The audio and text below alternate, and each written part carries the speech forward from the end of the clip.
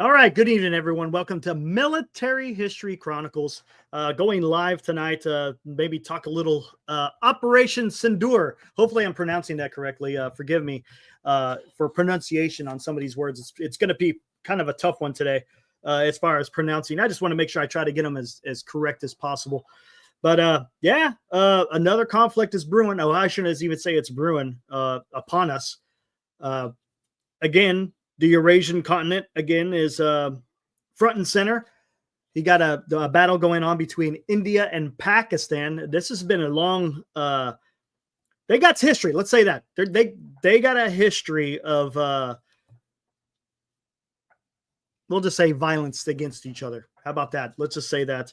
And we'll get into it a little bit here. I'm gonna wait for a few more people to come in here. Hopefully, everyone is having a good night. A little warm here in the valley, man. The summer is fast approaching, but hey, it's a beautiful day. But yeah, it should. It's going to be interesting to see how this all transpires. Does it escalate? Does it de-escalate? Does it stay about where it's at? I mean, no one really knows. The only people who are going to know are the people who are in the middle of this act. You know, what does each side want for hostilities to end? And again, that's going to be at the highest level of each respective government, but both between India and Pakistan. Again, it sucks to see war break out. What's up, Paul?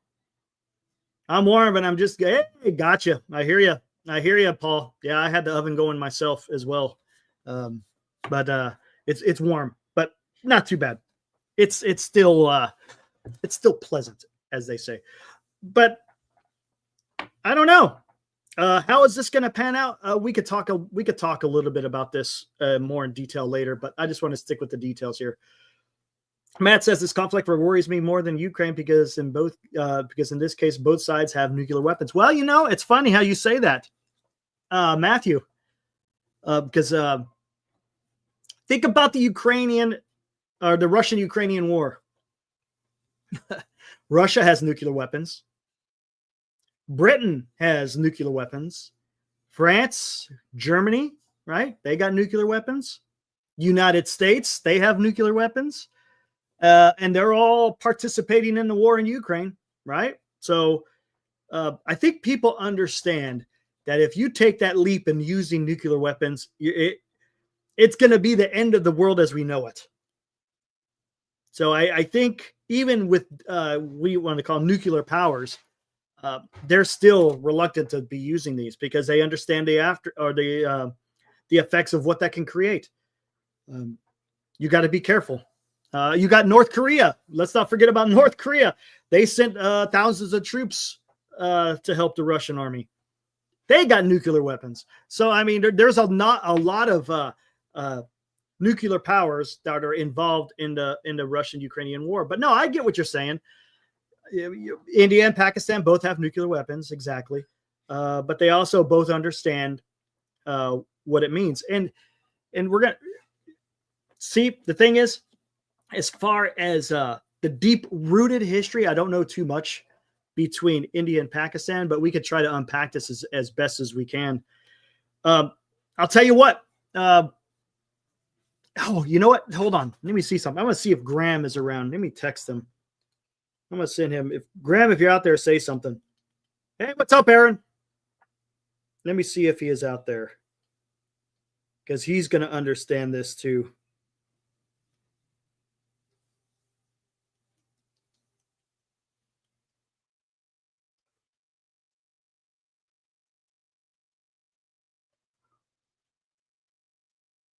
Okay, there we go. Graham, if you're out there, let me know.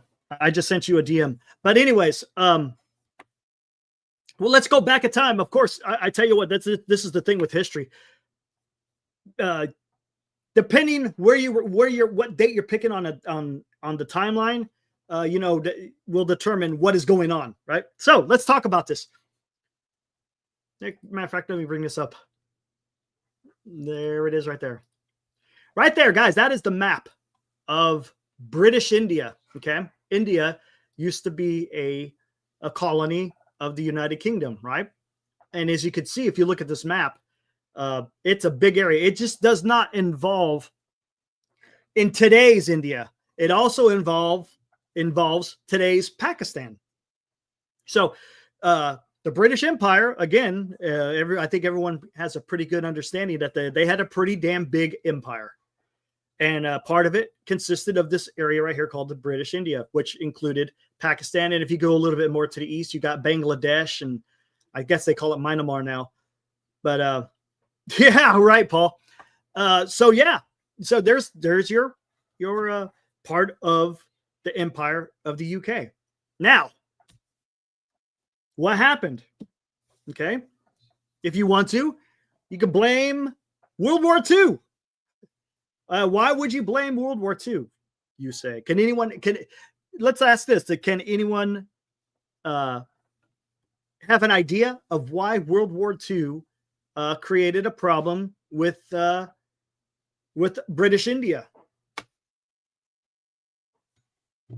Just hey, if you know, it's not no big deal, because I'll talk about it here. Well, after the end of World War II, there's a couple of things that happened. First and foremost, the United States became the big boy on the block. They were, or I should say, we were all powerful. We were the most dominant nation in the world, right? After, again, post World War II. On the flip side, United Kingdom, that was basically their death knell of their empire. They no longer could sustain their colonies. It just couldn't. And post World War II, there was a lot of anti-colonialism that was raging throughout the world. People wanted their independence, right? India wanted their independence. You want to talk about Southeast Asia. Vietnam wanted independence from France. And we all know what happened there, right?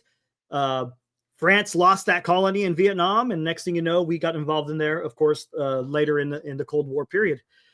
But this right here, 1947, 1948, the UK just could not support the empire that they had grown. And what happened is they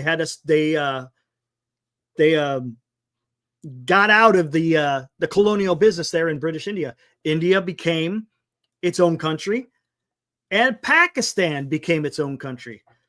And we could talk a little bit about this. What India, when they and of course they formed their own border, so to speak, right?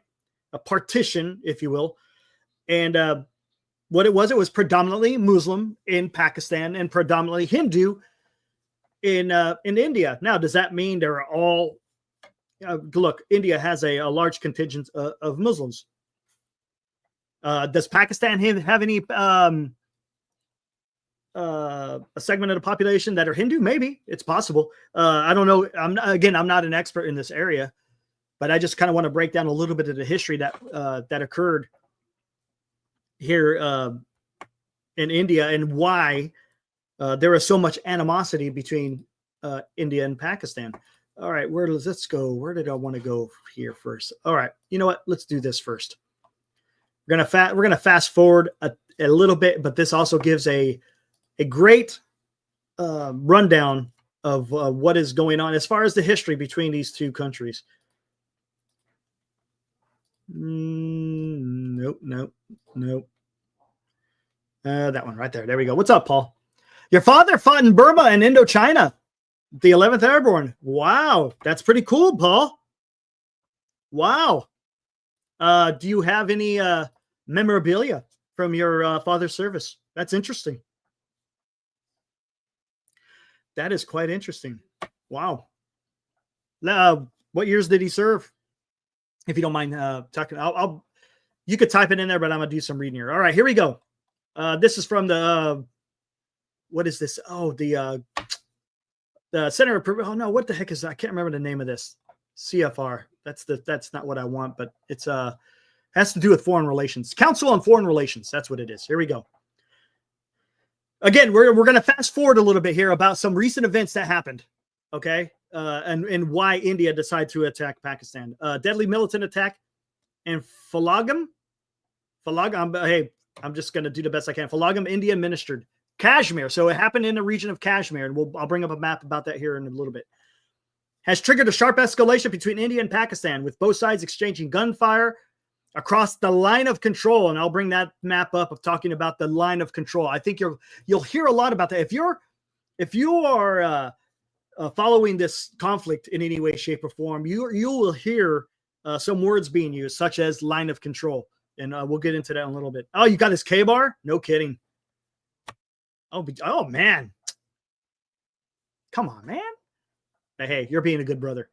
And downgrading diplomatic ties. On May 6th, India announced the launch of Operation Sindoor, targeting 9 sites in Pakistan and Pakistan-administered Jammu and Kashmir, which it alleged were used to plan the attacks. The situation has heightened as fears of a broader military conflict between the two nuclear-armed nations, marking the most significant bilateral confrontation since 2019. Again, this was updated today. Background. Here we go. Let's get into the background of what's going on here, guys. Follow me. Conflict between India and Pakistan arose of the 1947 partition of British India. The partition established a Muslim-majority Pakistan and a Hindu-majority India, and provided the diverse regions of Jammu and Kashmir the opportunity to choose which country to accede to. The Kashmir's monarchy initially sought independence, as Kashmir was neglected and subjugated for centuries by conquering empires. Hey, do you know that's just, unfortunately, their geographical location put them smack dab in a lot of conflict. So unfortunately, yeah, Kashmir got caught up in the middle of a lot of that. However, he ultimately agreed to join India in exchange for help against invading Pakistani herders, triggering the Indo-Pakistani War of 1947 and 1948. The Karachi Agreement of 1949 temporarily ended violence in the Jammu-Kashmir region by establishing a ceasefire line overseen by members of the UN Truce Subcommittee. Tensions simmered until a skirmish between border controls escalated to a full-blown war in 1965.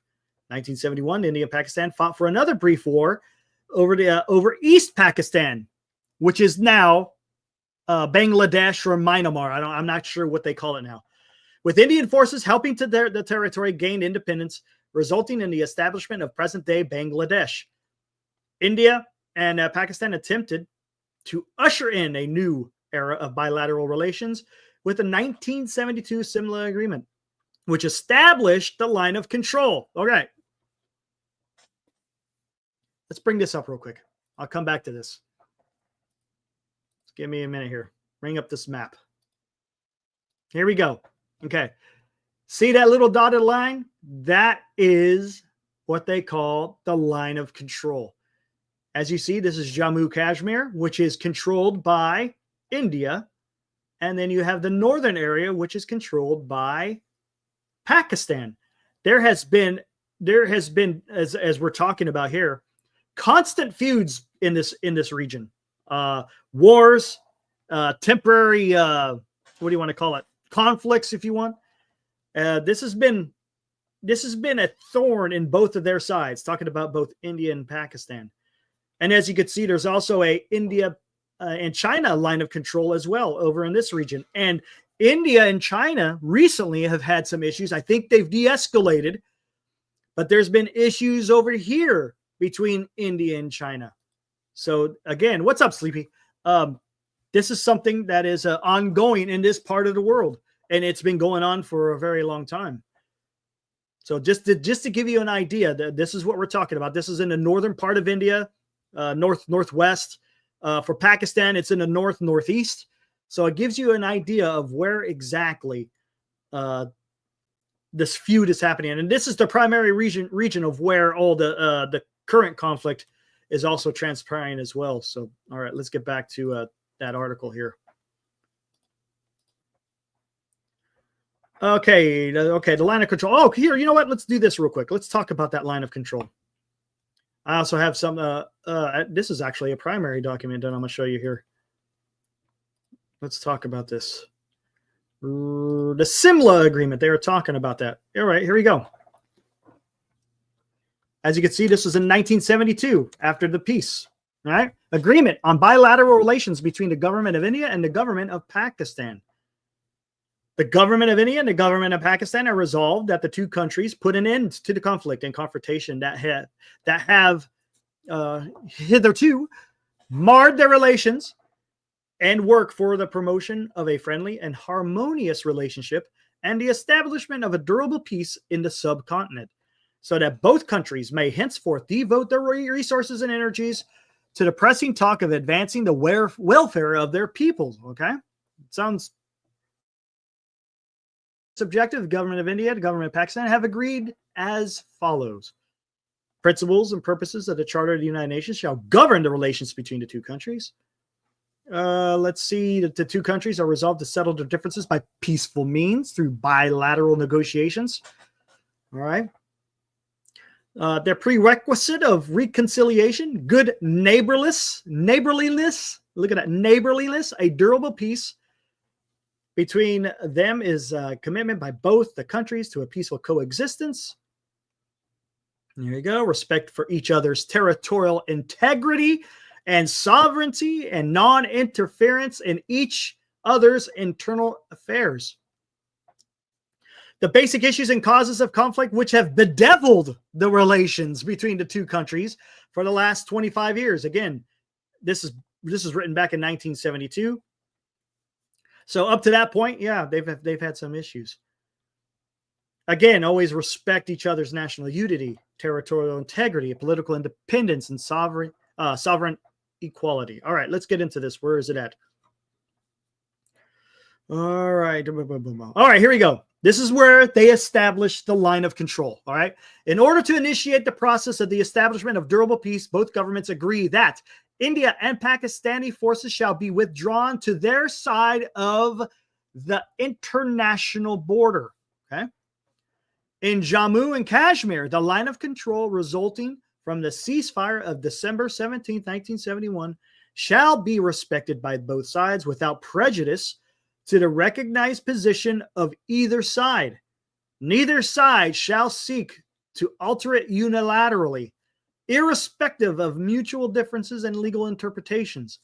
Both sides further undertake to refrain from the threat or the use of force in violation of this line. Again, the line of control. So now you guys got an understanding of where this line of control business is all coming from. Okay. So when you start hearing it in the news talking about line of control, well, that's what they're talking about. It was agreed to back in 1972 when they established a peace after one of their first early conflicts. Okay, here we go. This provisional military control line split Kashmir into two administrative regions. However, in 1974, which is only 2 years later, the conflict took a new dimension with the introduction of nuclear weapons, raising the stakes of any confrontation. That year, India tested its first nuclear weapon. As a matter of fact, I think it was called the Smiling Buddha was the name of that test. The Smiling Buddha, triggering a nuclear arms race that would see Pakistan reach the same milestone 2 decades later. All right, here we go. Now they're just going to get into other conflicts that happen. You got in 1989, Pakistan capitalized on the burgeoning resistance movement in Indian-administered Kashmir to undermine Indian control. They reignited tensions and bringing decades of communal violence. Despite the recommitment to the LOC in 1999, Pakistani soldiers crossed the LOC, sparking the Kargil War. Ceasefire since 2003. Okay, both sides accused each other of violating the ceasefire. In 2008, there was a huge terrorist. I don't know if some of you may remember that. Back in 2008, there was a huge terrorist attack on India in Mumbai. 166 people were killed. I remember seeing that a lot in the news back in 2008. Lashkar-e-Taiba. I don't know how to pronounce it, but LET is the acronym for one of the terrorist groups that were responsible for this attack.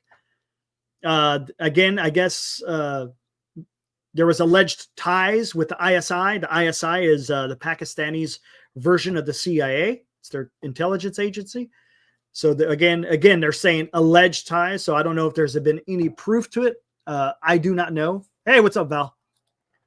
So that's quite interesting. Indian government cooperated with Pakistani government to bring the perpetrators to justice. So that was good, paving the way for improved relations. 2014. Many hoped India would pursue meaningful peace negotiations with India's newly elected Prime Minister Narendra Modi. I just call him President Modi. Invited Pakistani Prime Minister Nawaz Sharif to attend his inauguration. They had some optimism, okay? But because a Pakistani high commissioner met with some Kashmiri separatist leaders, it kind of spoiled the pot, so to speak. What's up, Mike? Kind of spoiled the pot. So again, India got pissed off at Pakistan for basically, more than anything was just offending them by meeting with these separatist leaders. Okay, again, the separatist leaders being that they don't want to have to do anything with India and in the Indian-controlled portion of Kashmir.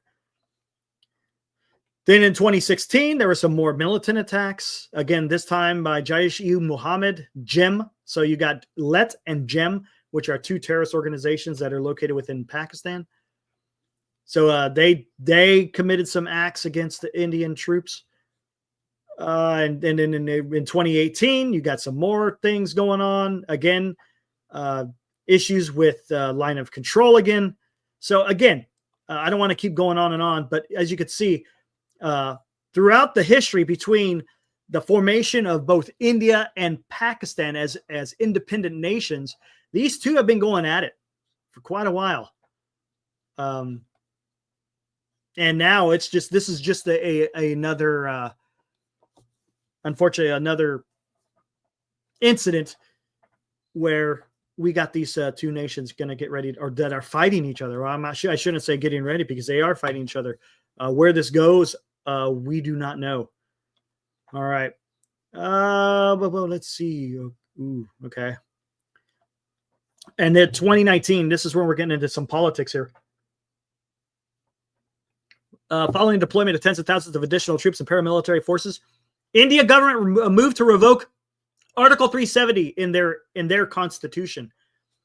What it does is it removed Jammu and Kashmir's special status, forcing Kashmiris to abide by Indian property and customary law, and effectively diminishing their autonomy. The ruling not only angered Kashmiris, also viewed as a grave injustice by Pakistan. The removal of Article 370 signified a more aggressive approach of Modi government to integrate Kashmir into India through a doctrine of Hindu nationalism. Okay, so now you got some religion coming into play. What's up, Ibrahim? What's up? Thanks for popping in. Hey, if you want the link, I could throw you out the link, or if you just want to chime in the chat, that's fine. Hey, Michael, we're getting into that. We're getting into that. I kind of talked about it a little in the beginning, but we're getting into it. All right, here we go. So you just got tensions going back and forth throughout the entire. They would make up, play nice, and then they would get pissed off each other. Make up, be nice, and then they would get pissed at each other. We're just at a period now where they're pissed off at each other. Where is this going to go? I don't know. But let's look at this. Mike, we're going to get into why India is doing what they are doing. Throughout 2024, violence continued in Kashmir in response to increasing efforts by New Delhi to consolidate territorial control. Attacks specifically targeted Indian travelers and workers in the region. In June of 2024, militants opened fire on a bus carrying pilgrims traveling to a Hindu shrine in the town of Riasi that killed 9 and injured over 30. In October, militants killed 7 in Kashmir at a construction site for a tunnel project connecting Kashmir to the northern region of Ladakh. I'm doing my best. In April, this is where it really went sideways. Tensions escalated after militants attacked Indian tourists in Kashmir, killing 25 Indian nationals and 1 Nepalese national. The incident marked the deadliest terrorist attack in Indian territory since the 2008 Mumbai attacks. India blamed Pakistan for harboring the group, responsible for the attack, and arrested 2 Pakistani nationals as suspects. Pakistan denied any involvement, and its defense ministry even suggested the attack was a false flag operation. Oh, see, now we're getting into allegations that are a little bit, well, you never know, man. It's not out of the realm of possibility. False flags are a real thing, i.e., Russia. Although no group has been officially identified as responsible for the attack, the Kashmir Resistance, an offshoot of LET, remember that is the terrorist group, claimed responsibility online. In the wake of the attack, tit-for-tat measures by India and Pakistan have driven bilateral relations to the lowest point in recent years. New Delhi first took measures to downgrade ties with Pakistan, suspending the Indus water treaty. That's a big thing. They're India is shutting down the water to Pakistan. And look, that's to kind of talk about that's a big deal because the farmers in Pakistan cannot grow their crops. They either won't be able to grow them or it will spoil them. You know, whether you cut off the water or whether you turn it back on and then you flood the region, and then it creates such a problem, and it will destroy a lot of those farmers that are living in Pakistan. Terminating a visa-free travel regime with Pakistan and closing the Atari border crossing between the two countries. In turn, Pakistan rejected a suspension of the water treaty, warning that any attempts to alter Pakistani's Indus River flows would be considered an act of war. Islamabad also moved to close Pakistani airspace to all Indian commercial airlines, halted a special visa regime for Indian citizens, and suspended bilateral trade. Indian and Pakistani forces exchanged fires across the LOC, again, the line of control, since the day of the attack. The United States and China have called for de-escalation, with Beijing advocating for an independent investigation into the attack and its suspects.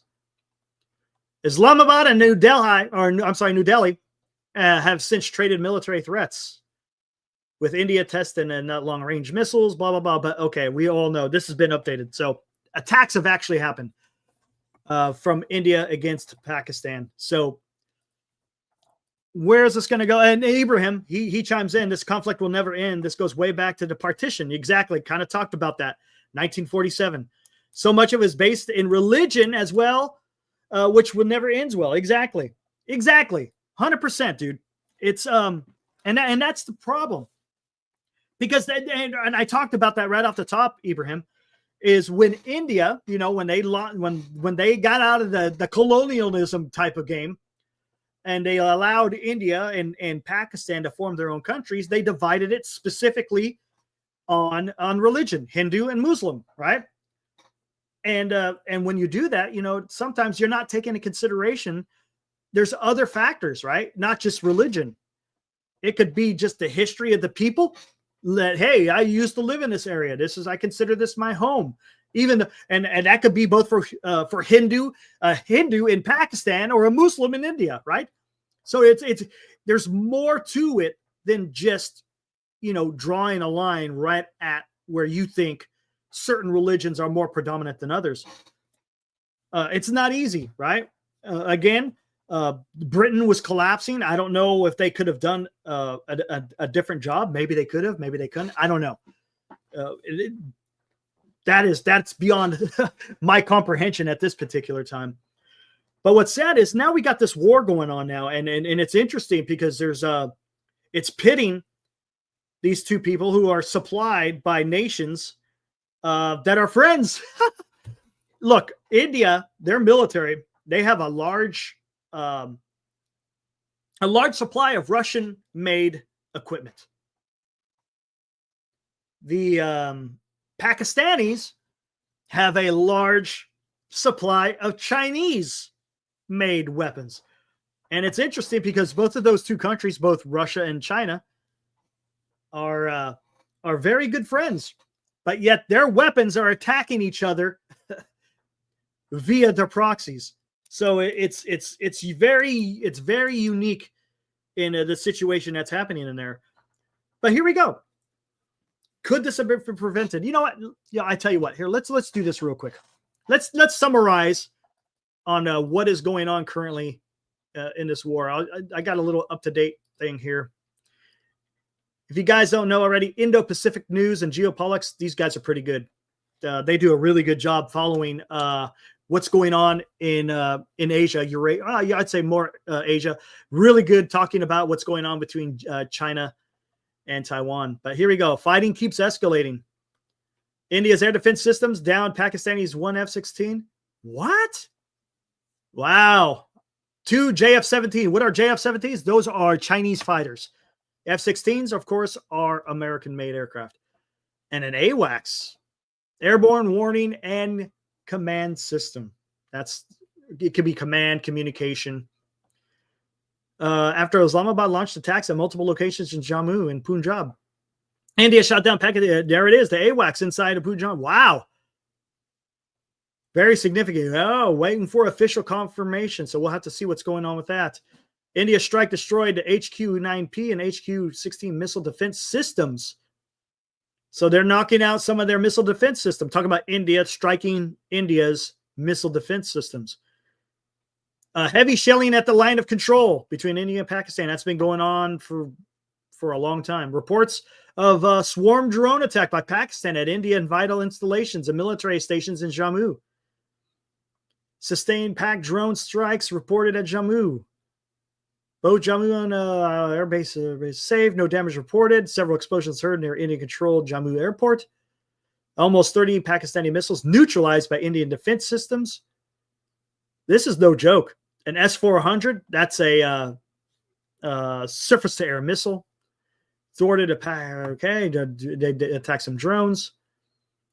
Indian the Ministry of Defense military stations in Jammu are targeted by Pakistani origin drones and missiles along the international border. Okay, almost no room to de-escalate with India at this time. This is coming from the Pakistani defense minister. See?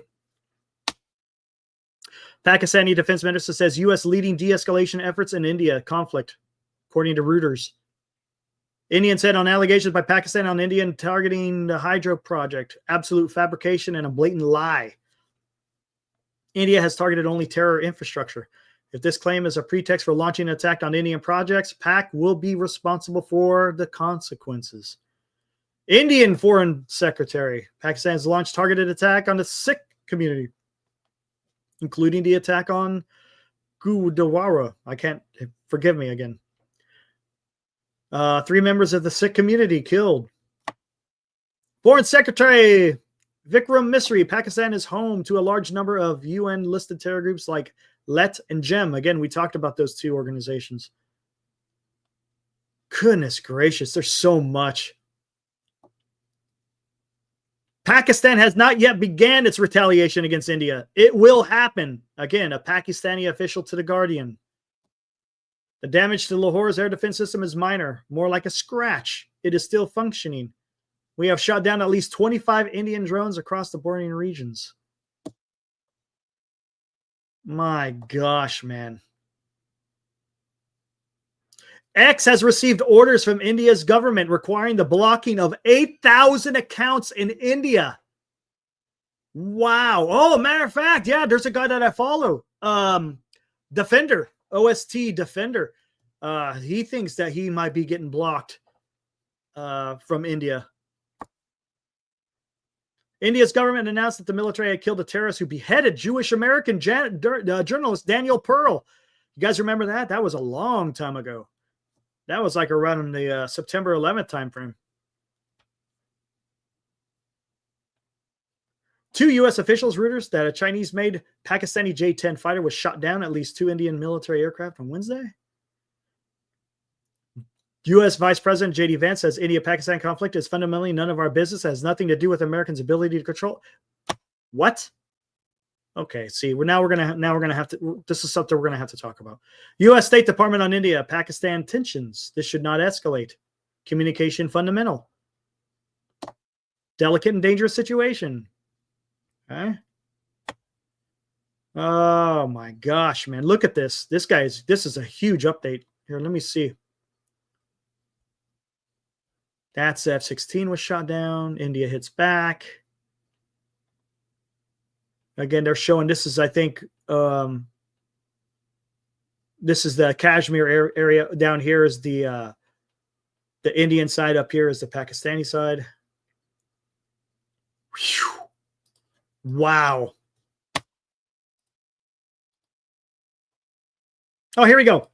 At the time of the partition, Gandhi and Muhammad, was it Ali Jinnah Nehru? Oh, Nehru. Yeah, he courted the Russians something big during the Cold War. Yeah, the Russians were courting them awfully. I should say the Soviets at the time were courting Nehru quite often during that time. All were close to at least. All were close, so at least there were cordial relations despite religious barriers. That has soured greatly over the years, sadly. Yeah, I hear you. That's unfortunate, because depending on what type of leader you get in your respective country, will determine the direction of where your countries are going to go.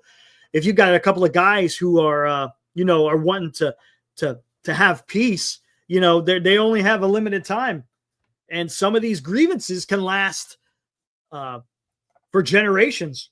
And if there's no one to take his place, it just, it could go, as you said, it can turn sour. Oh, hold on. There was something else. What is it? Okay, I already saw that. Okay, I think, yeah, I hit all those. All right, good. So where did this go? I don't know. I tell you what, man.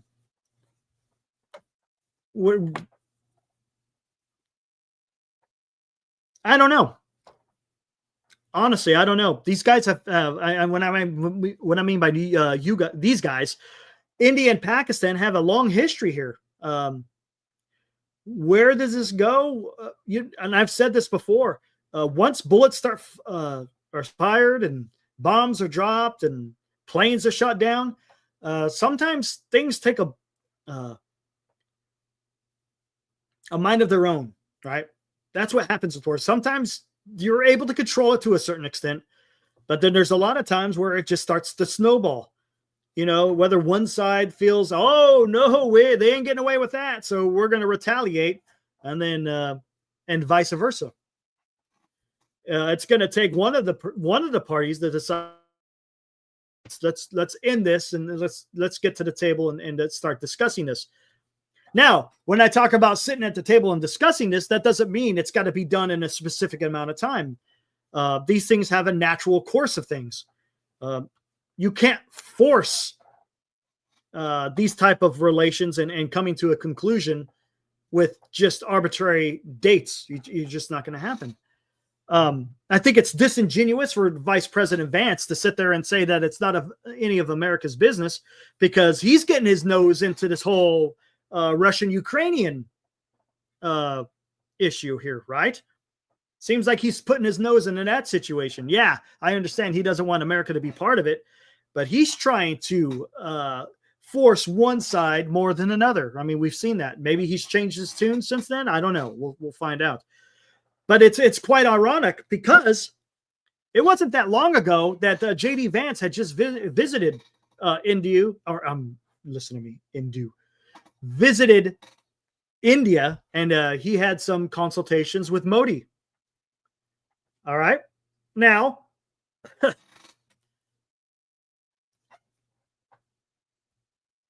did that get anywhere? Not really. I mean, did he visit him? I think he visited him before that attack happened. But you'd think they would be fostering some type of relations, right? Hey, make sure, hey, this is where we feel on this. This is where we feel on that, whatever it may be. It's not like high level type stuff, but there's communication going on. I find it weird, though, that, and I don't know this to be true or not, but where was Secretary Rubio, the Secretary of State, when all this, again, when the terrorists, what was this, April 22nd? Hold on, let me see. Let's break this down a little bit. Hold on, let me see something. I'm going to get the timeline right here, guys.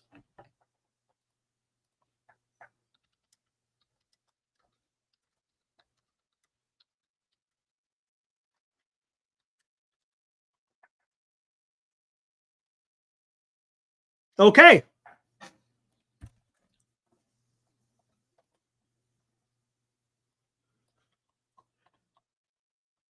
Okay. This makes it even worse. Okay. So the terrorist attack that happened in the Kashmir region, or I should say the Indian territory of Kashmir, it took place on the 22nd of April. J.D. Vance visited India from the 21st to the 24th, where he was having consultations with Modi. So where was his diplomatic ability to tell India, hey, you know, you might want to err on the side of caution. You know, hey, we don't want a war to. So maybe these are the options you should take. Now, Modi could decide he could decide to sit there and say, yeah, okay, sure. Yeah. Not a problem. Appreciate your advice, Mr. Vice President. Or he just could say, to hell with it. I'm going to do what I want because this is my own country and my country just had a terrorist attack. And we want to retaliate in which we feel is fit. But that tells you something. It tells you what kind of pull J.D. Vance had with India. And I'll go back to this. Secretary Rubio should be on the phone. Hell, he probably should have flown to India before this situation came to such a head. You know, this administration is and I'll give them credit. They're honorable and wanting to not have wars break out. But I always hear, you know, hey, this would have never happened under my watch, right? Let's talk about the Russian-Ukrainian war. I keep hearing this would have never happened if I was president, right? It may have, it may not have. It's counterfactual. You just don't know. He could have, he may not have. Well, what's going on in India and Pakistan? This is on his watch, right? What's going on between India and Pakistan? The United States should be wielding some strength. It's a region in which he even admitted that he has very good relations with both leaders. So why couldn't he mediate these two leaders so that they wouldn't come to blows? Again, there's only so much you can do. Making these grandiose statements doesn't mean anything in the scheme of things because there's reality that's involved here. It's not pie in the sky stuff just because you want, excuse me, you want to tout yourself. Doesn't mean you're going to be able to solve all these problems. Some problems are just bigger than what you can handle. You could do your best. You can absolutely do your best, but that's why you got to be careful making these types of pronouncements because then you got some mud in your face, so to speak. So you got to be careful in this. I'm hoping that the United States, and then this is the problem, the United States is creating so many, they're inflicting so many problems on their own that when stuff like this breaks out, can you handle that?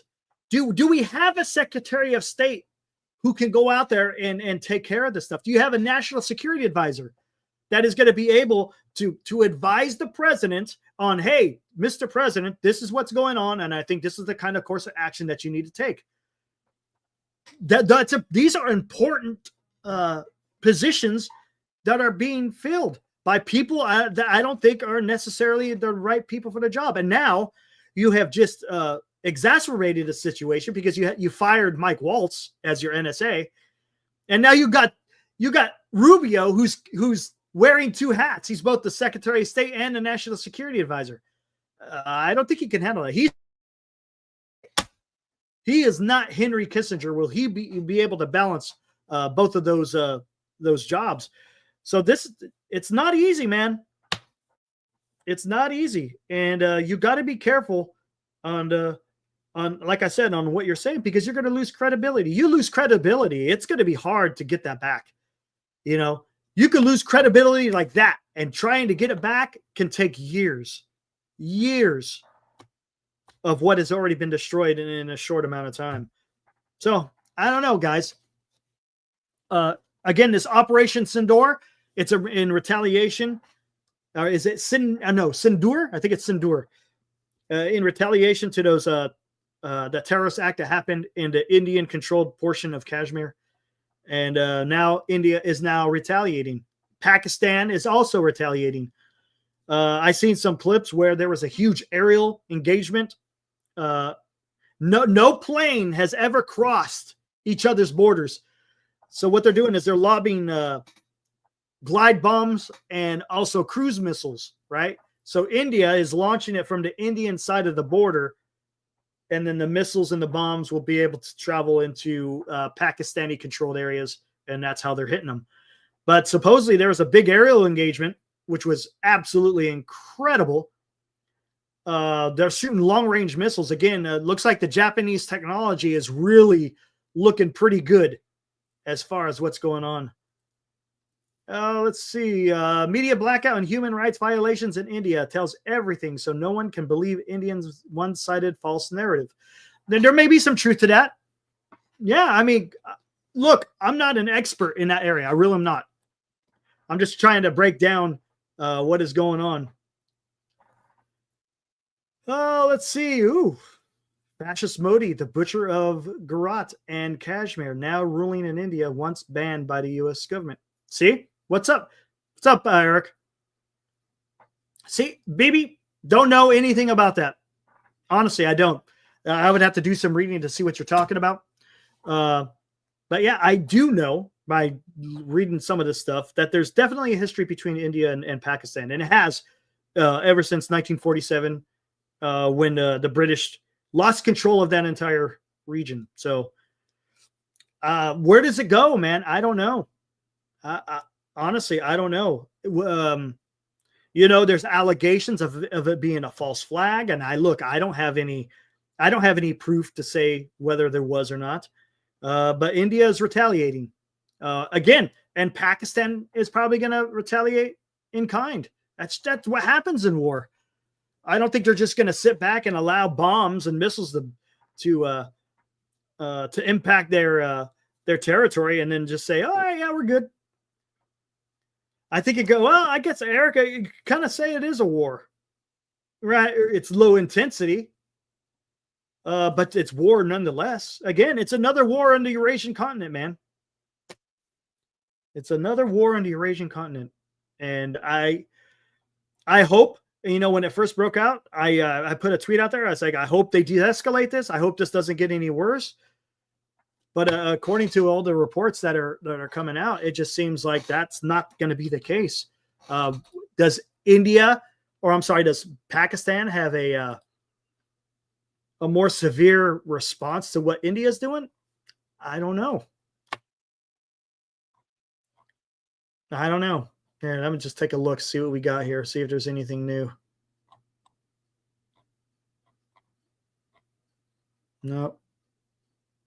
No. Let's see.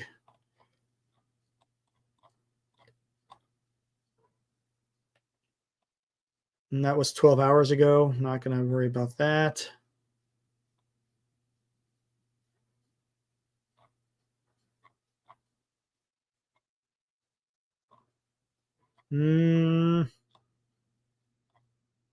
Nope.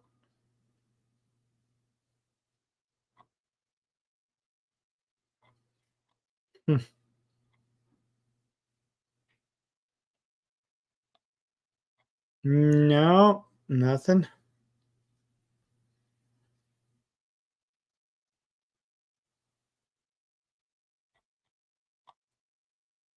No, 12 hours. Let's see. Just talking about Pakistani has launched swarms of suicide drones at India.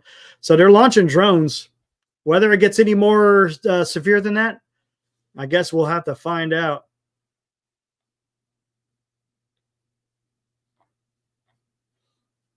All right. Yeah, that's pretty much it. All right. What do we got here?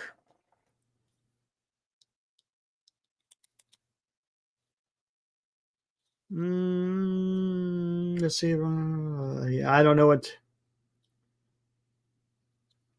See, and that's the thing. We're still waiting for confirmation on what everything that's been shot down. But I hear what you're saying. You know what? Hey, let's say that's something to look at.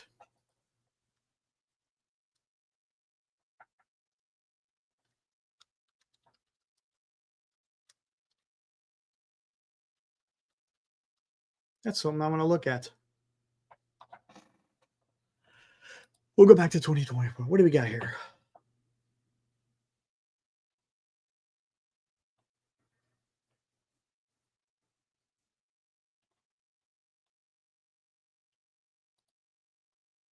Let's see. Come on.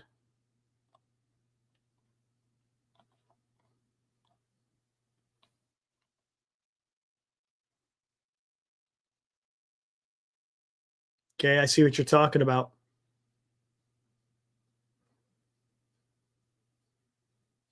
That's quite interesting.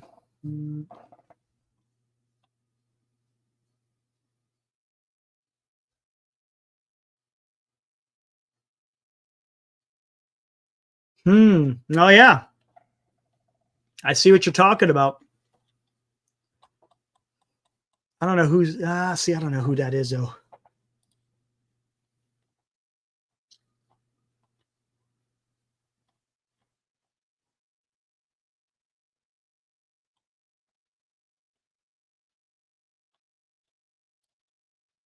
How about that?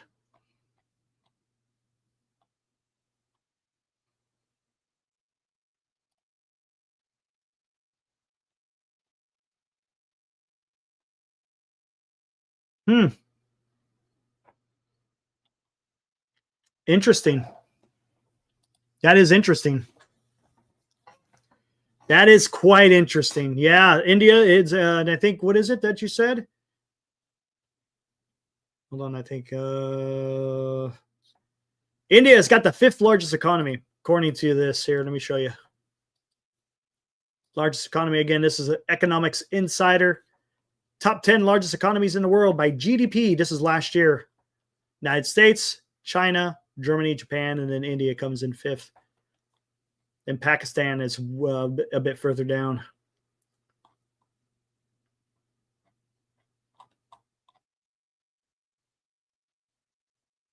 Top 10 largest economies in the world have the highest GDPs, which means they produce the most goods and services. These countries play a key role in driving global trade, innovation, shaping the future of the world economy. However, they also face major challenges such as income inequality, environmental challenges. Many of these countries also struggle with rising high debt burdens, inflation, and job market changes due to technology and globalization. There you go. Just wanted to take a look at that to see where India was. Anyways, guys, that's where we are with this, unfortunately, in this the situation between India and Pakistan. Where does it go? I don't know, man. I keep saying that. I just don't know. I just don't know. Guys, give me a second. I'm going to warm up some coffee, and I will be right back. Hold on. Let me find some music, and I'll play some music, and I'll be back real quick, guys. Where is this one? Right here. Be right back, guys.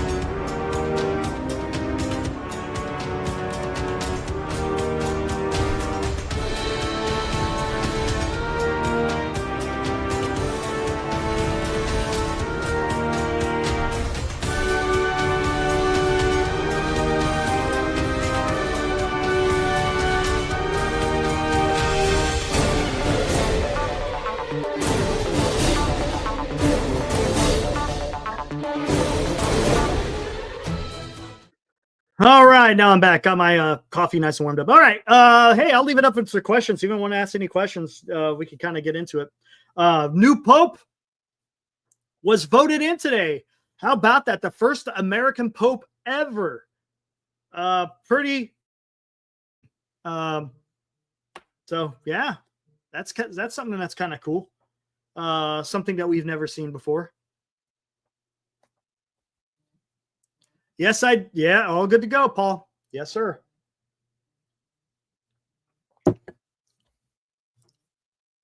Now time calls for justice, not only for the wrongs that have been committed, but also to ensure that such injustices are never repeated.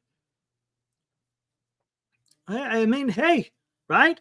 That's the ultimate goal. You don't want to have war, man. That's the last thing you want. I think we got plenty of it in the world today. We don't need more of it.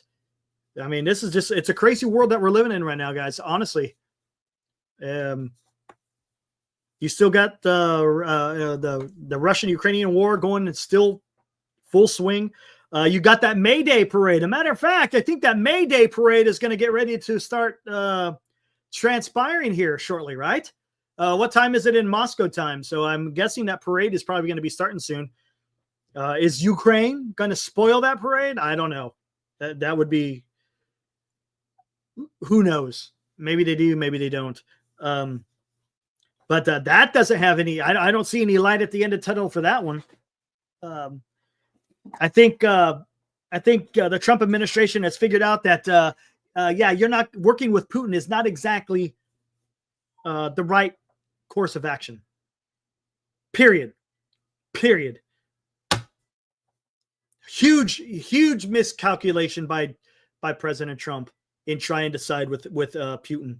Stupid. It's just absolutely stupid. You've again, I talked about that trust earlier. You've really ruined some trust with a lot of nations out there because of your perceived association with Russia. Ibrahim, neither country is equipped for a major war.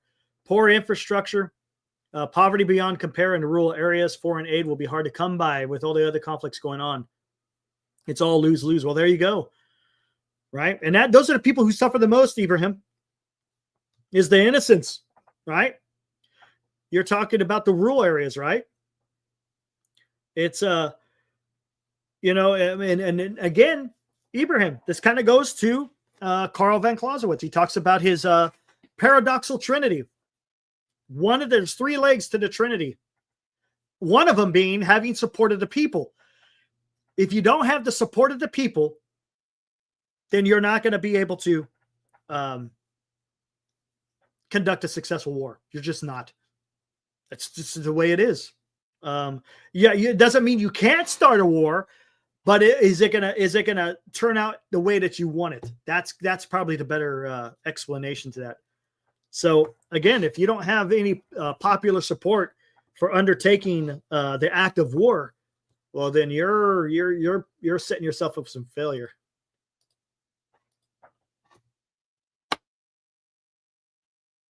We got a trade war. Yeah. Well, it looks like the UK and the United States has come to some type of an agreement. I don't know the details. I think there's still like 10% tariffs on UK, but they figured out something. I don't know what that's all going to be about. I heard that looks like Trump is caving a little bit, I think, to China. Supposedly sometime next week, he might reduce the tariffs from 145% tariffs to 50% tariffs. Whether or not that's going to happen or not, who knows? It's a mess. It was all uncalled for. Look, is there an issue with trade with China? Absolutely. Well, guess what? China is the manufacturing capital of the world. Everybody goes to China to have their stuff manufactured, period. Why do they do that? All right. Why did it do it? Because they're saving money. They're making and saving money. It's not to a certain extent, right? Don't get me wrong. China is not exactly choir boys, but they're making products cheap. And if people want to go there to have their stuff made, well, that's on the companies. Why don't you make your own stuff? And the issue I have as far as the whole trade stuff, the United States are nowhere near have the capability to manufacture like China is. It just isn't. Trump calling for people to go back to factory work is just that's not realistic. That's not where we're at in this particular time. This is not the industrial revolution. It just isn't. It's a different type of economy now. We're great at innovation. We're great at technology, but we're not great at manufacturing anymore. That is China's thing. And for him to shoot himself in the foot, because look, all of us are going to wind up paying. All of us are going to pay for this one way or another. For him to sit there and say that that Americans aren't paying for this is it's stupid. Okay, if we're not paying for it, then why do you have issue with Amazon putting how much tariff is going to be in the price of the product that you're going to buy? If then there should be no reason. Hey, go ahead, Bezos. Go ahead, put how much the American consumer is paying on tariffs, because you're saying that we're not paying any of it. So why are you so worried about it? Yeah, exactly. It's just that's the issue I have. I don't like being lied to. It's just how I am, man. Abraham, and what's worse is the U.S. won't have the infrastructure to do so for decades. London claims modern factories will be AI driven and jobs will be high level. That is so far. I know. And that's the thing. Everything is, for the most part, manufacturing is automated. Yeah, there's a few things, especially in China, where a lot of it is, there's a lot of labor involved. But a lot of some of these, or I should say quite a bit of these manufacturing is all automated. It's beyond the pale of trying to figure this out. It's backwards. And again, this is why you got to have the right people in the right job. If it means they disagree with what the president has to say, well, then so be it. Because guess what? The president doesn't know everything. Period. Hey, what's up, Glenn? Victory Day Parade is starting soon. Yeah, that's what I thought. I'm watching a pre-parade. Hey, yeah. If they cut the feed, Glenn, that means Ukraine is doing something, because they're not going to show that. What's up, Glenn? It's just, there's a lot of things going on, and I don't know if we're up for the challenge. And here we go. And I'll go back to this. United States couldn't prevent this Indian-Pakistani war. Right? They didn't. The United States, I mean, like I said, Trump likes to tout that wars wouldn't stop if he was president. Well, a war is starting. Well, he started one. He started a trade war. There's now a shooting war in the Eurasian continent between India and Pakistan. China is about to, by the way, let's read what the heck, where is it at?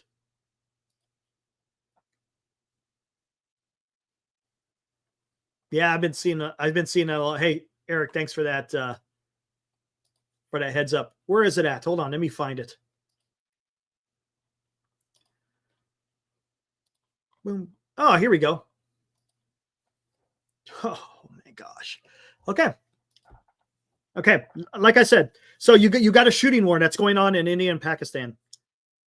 There's going to be a shooting war that's going to be happening in Taiwan. It's coming, guys. It's happening. There's no doubt about it.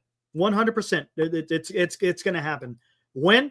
I can't give you a specific date, but it's going to happen. Let's listen to what G had to say. Again, this is Ian Ellis. This is another great follow. He does a lot of the Pacific stuff. Good stuff.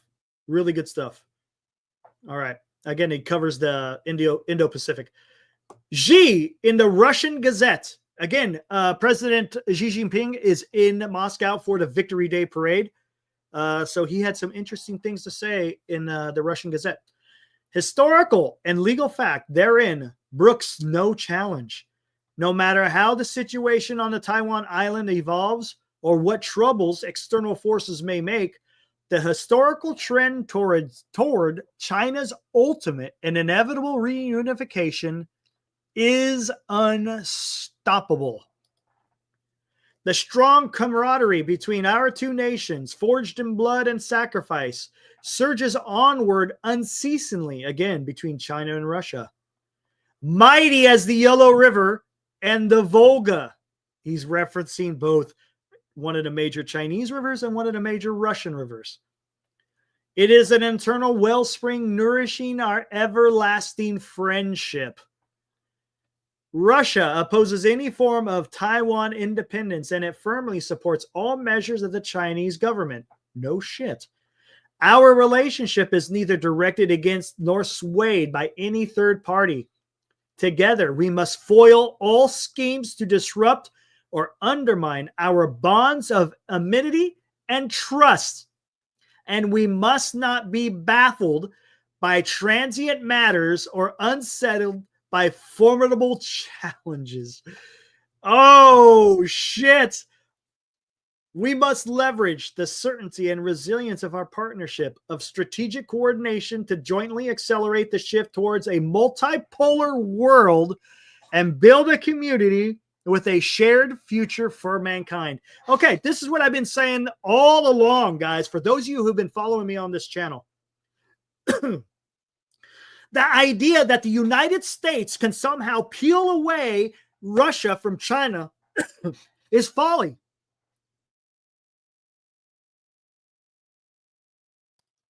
It's not going to happen. You're not going to be able to commence a reverse Kissinger. It's not going to happen. So why on God's green earth was the United States government trying to court Russia? I have no idea. You're not going to separate Russia from China. It's not going to happen. Xi is telling you right here. He's saying nothing is going to come between China and Russia. Again, President Trump misplayed his hand. If he had people that that were understanding subject matter experts in this region and in this type of situation, maybe he wouldn't have stuck his foot in his mouth, because he looks pretty stupid doing this. I just don't like the way that the foreign affairs and international relations are being transpired here with this administration. And I'll tell you something. This one paragraph, that second to last paragraph, this one right here. Our relationship is neither directed against nor swayed by any third party. Who's the third party, guys? Take a guess who the third party is. United States. Together, we must foil all schemes to disrupt or undermine our bonds of amity and trust. Again, I think he's speaking to the whole United States trying to pull Russia away from China. It's not going to happen. It's just not. But Trump is trying to do it, and it's not going to work. And we must not be baffled by transient matters or unsettled by formidable challenges. What would you consider a transient matter? What do you guys take? Can anyone guess what he means by must not be baffled by transient matters?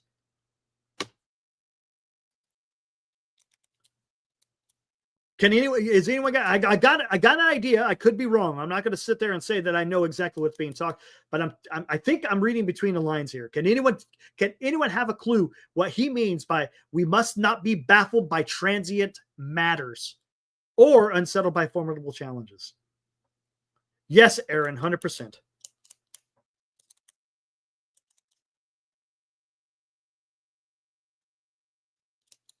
Paul, have you thought about it's time to reduce the population of the world? That's going to happen itself. You know, the whole birth rate thing is a real deal, guys. It's going to be interesting to see what happens in the next decade or so. So anyone, can anyone take a stab? Baffled by transient matters. I'll just give you my what I'm thinking he's talking about. You got to remember something. President Xi Jinping, President Putin, what is one thing they have to never fear? There's one thing. Both of them have something in common that they will never have to fear.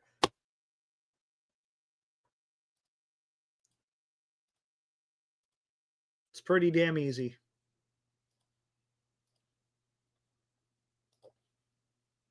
Anyone? They don't have to worry about elections, guys, right? They're in power until they croak. Homeless about. They will be in power for the rest of their lives unless they fall ill or kick the bucket, so to speak. They will be the leaders for their respective countries for quite a while. Transient matters. They know President Trump is only going to be president for the next 4 years, and that's it. He's done. There's nothing else he can do. They can wait him out to a certain extent, right?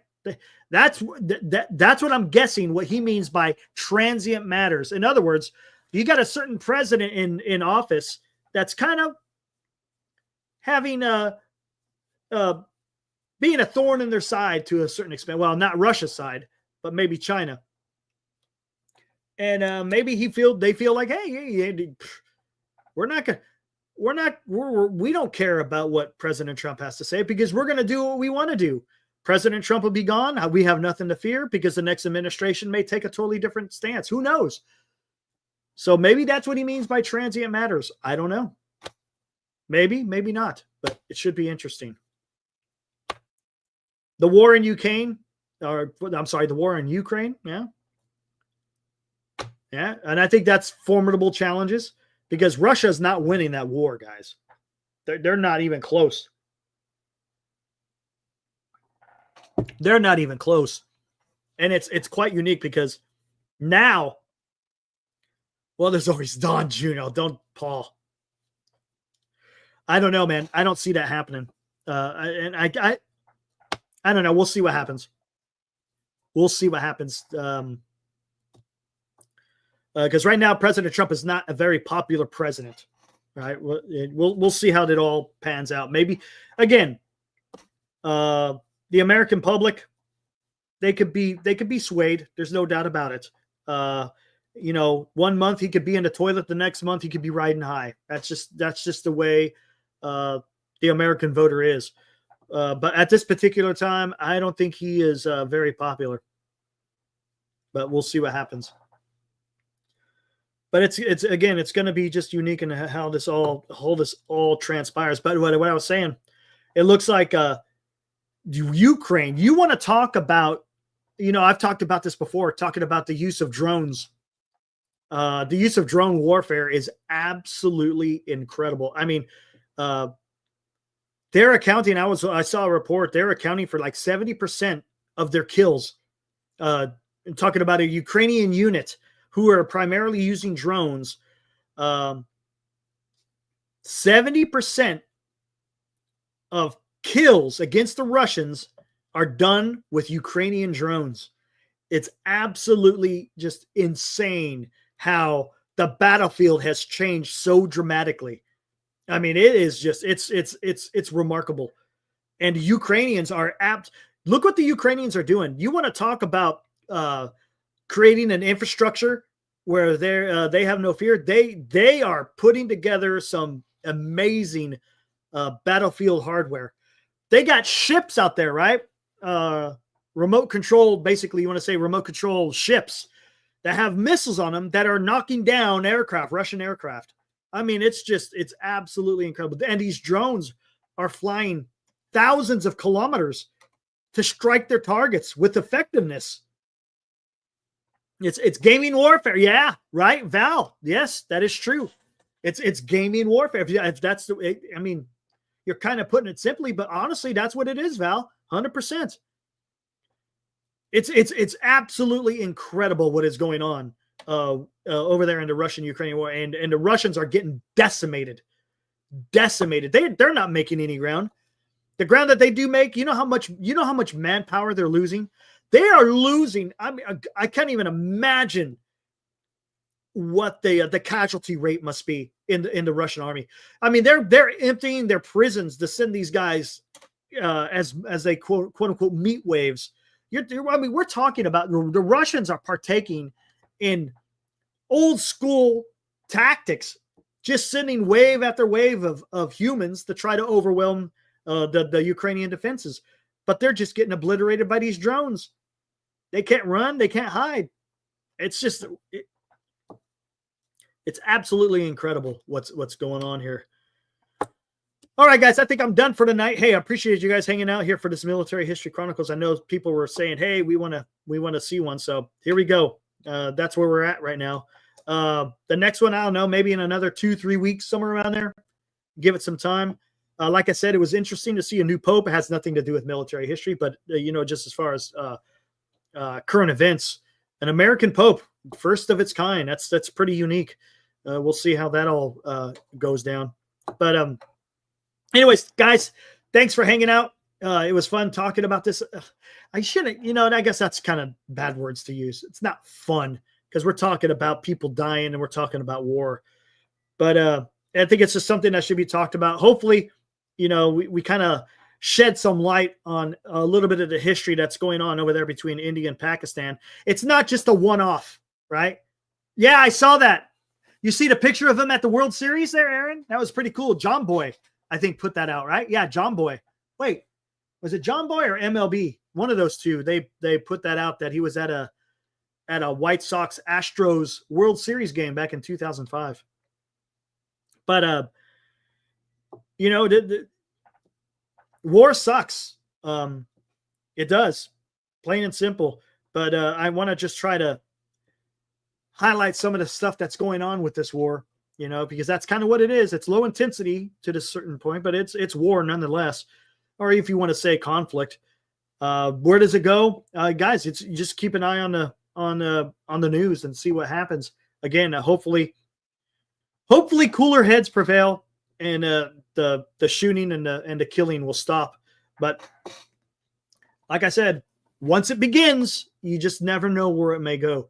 Anyways, guys, until the next one, you guys enjoy the rest of your Thursday night. Catch Glenn tomorrow for Giant Sports Talk Live. You want to talk Giants baseball? You watch Glenn tomorrow. I'm going to try to tune in from the ballpark. I'll be in Sutter Health tomorrow watching the A's take on the Yankees game 1 in that series. That's going to be freaking awesome.